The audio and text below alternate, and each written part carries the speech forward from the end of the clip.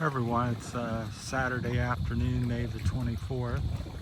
I got confused before whether it was the 24th, 25th, or 26th or 7th, but it is the 24th. Double check that. So we've come as far as we've ever come along the coast here up from Sabang. The water's looking about 4 or 5 meters deep here right off the rock, so you could certainly jump off the side of the cliff here. Not much of a drop, maybe 2 or 3 meters into the water. Try not to drop my phone because I would never personally recover it without some dive assistance, because I can't swim down in the salt water. I've gotten too buoyant and not in good health. But anyhow, we're almost made it to the corner, but we've ran into some serious obstacles. Try to get my balance here. It's hard to look up. But anyhow, I'm very disoriented when I look up the sky. We're right there is the zip line. You can kind of see it there in the trees. So we've passed it right, almost directly under it, a little bit past it. But there's some big, where the water carves up in the coast here and carves out the big rocks and channels. So very difficult to go from here. It's possible if I didn't have my wallet and wanted to swim to rock face, but you're certainly not wading, and it'd be difficult to climb on the edge of that, although there's good, fairly good traction and lots of little grip holes. But I'm 63 and not quite so agile anymore with my health. So it was an effort to get here, but I'm adventurous still. But yeah, it's pretty clear. It's just very deep, and where there's not sand and it's rocky, it's more dark. So it's getting late. It's about a little after 5 or 10 minutes after 5 here. Sunset's around 6:30 here. So the furthest we've hiked from Sabang in nearly 3 months, at least up the coast. But now we know it's somewhat impassable for us unless we have a boat or inner tube or swim. I've got my wallet with me, so I'm not in the mood to jump in. I'm not that great of a swimmer anymore. I can go 20, 30 feet, and that's about it.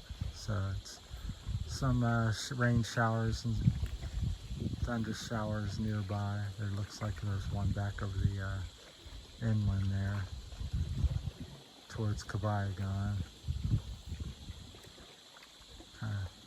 See if I can get you a little view here. So there's the zip line. You can kind of see it there in the sky. It goes way over there to that brown building there on the point. Anyhow, we've hiked over from this beach there. I've nicknamed it Zipline Beach because that's the beach you walk over to the zip line, which goes up in the woods here. You're hiking on the trail in the woods and come over to the platform right under us. So very beautiful. Michelle's over here. She kind of enjoys this type of stuff as well.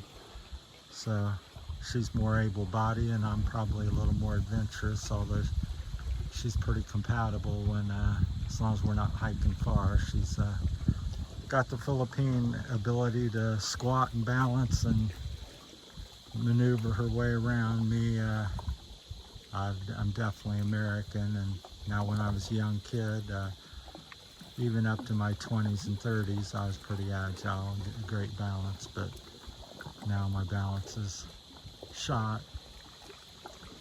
Hoping I find something to recover it. So just beautiful though. Just thought I'd make one. I thought we were at a trance spot there where we wouldn't go any further, but we made it under the zip line, so I thought I'd document it with a video here. So we've seen 2 or 3 groups of monkeys out here, so there's definitely a monkey population, which I find very fascinating, because not too many places in America where you see monkeys. I'm trying to think. I don't know that there's any, but I'm sure there probably might be. But I don't believe I've ever seen one except at a zoo in Ohio. So that's what's so unique and special about the Philippines. It's Kind of like going to the tropical Alaska. It's the last frontier of the Philippines, people say. It's very mountainous and rugged. It'd probably take you 3 or 4 hours to summit the peak over there. And I don't know that there's a trail to do it. There may be, but it's very rugged, very rocky, lava. I call it lava flow, lava rock. So that's what it reminds me of. Anybody knows in the comments if it's something else other than lava, let me know. That I call it lava flow rocks, as you can kind of see where it looks like it was liquid at one time and formed layers and channels and stuff, and the ocean's carved away at it. So light breeze, about 80 some degrees, 83, 85 maybe, it seems like to me. I've kind of acclimated to it. It's the rainy season, so it's cloudy. So there's a chance usually almost every day for about 6 months where it's may shower or storm on you. So today we've had maybe 2 or 3 15-minute showers. But the good news, you're in the Philippines, no matter the rain's warm, the air's warm, the ocean water's warm. I think the ocean water is very close to the air temperature. I can't tell too much difference. It's where you get in it and get out of the water. It feels about the same. Feels like a lukewarm bath water to me, so pretty nice. It's amazing when you look out there and to think as far as you can see there's nothing, and to have water that warm, this much water. There's a couple boys swimming right on the other side of this rock face over there. He caught a octopus, so I didn't film it, but it was maybe about 1.5 to 2 feet long, 1 meter, not quite 1 meter. But he come up on the rocks and showed me that. It's pretty cool. Still alive and wiggling around. I guess they take it home and eat it or sell it. I don't know if it's considered a delicacy here, but people do eat octopus here. I think they eat squid as well. I'm not only attempted to eat squid, and it was on my plate and it's so kind of rubbery to me I couldn't get the American to open his mouth to swallow it. So, but I'm sure it's not too bad. I had some lobster last week. Where Winnie, where we're staying at, she had an extra lobster, so Michelle prepared it for me at the restaurant. So we have access to that because she also owns the restaurant in town, so Michelle goes down and cooks and has the use of the restaurant, so it's very convenient, saves us a few bucks, and it's right next door. It's like having your own little restaurant. It saves us a lot of stuff where we don't have to buy and try to find pots and pans, and we're not have a place to put it anyhow. I've gotten a few items, so I'm trying to keep it light in case we want to move. So yeah, if we could get to that point over there, that's where it curves back in. I think there's a little sandy beach not far. We're probably 10 minutes from the underground river. It's around the cove here, I believe. Might be around that next one, but it's within 10-15 minutes if you're by boat, which we've not been, but I'm not too worried because we're here for the long haul, and we're kind of waiting to see if we get some guests from America or something, and then we may all go over there. But it's kind of pricey, I guess. I think it's I've seen as little as 2,000 or 3,000 pesos up to 4,000 to 6,000. It depends on what package you get. So I see different prices, and it depends where you look, and everybody has something a little bit different. I'm sure they're similar for whatever they're offering, but it can add up, especially when you're bringing a family and stuff. So $100 is like 5,000 pesos, which is huge here in the Philippines. What is it? Monkey? She says there's a monkey on the beach. I must zoom in, but we're definitely in the prime area. She's waving at something. I thought there was somebody else, but try to look closely. She says there's some sort of monkey. they're the same colors, the dark rocks and stuff, so I see nothing as usual. She's got eyes like eagles, so. But apparently there's monkeys running around the rocks over there, so.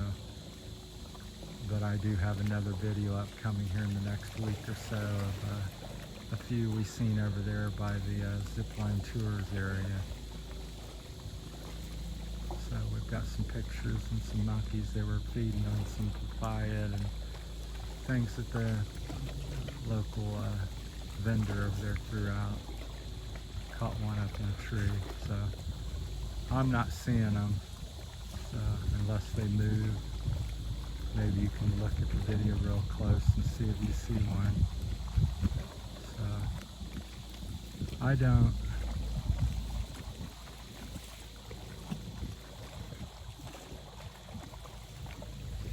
Trying to see if we find one.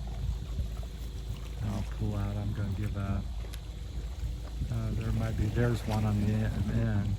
So you see him? He's right over the. He's right on that point. See him?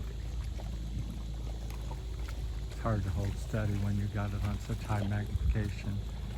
He's sitting there, looks like a little person.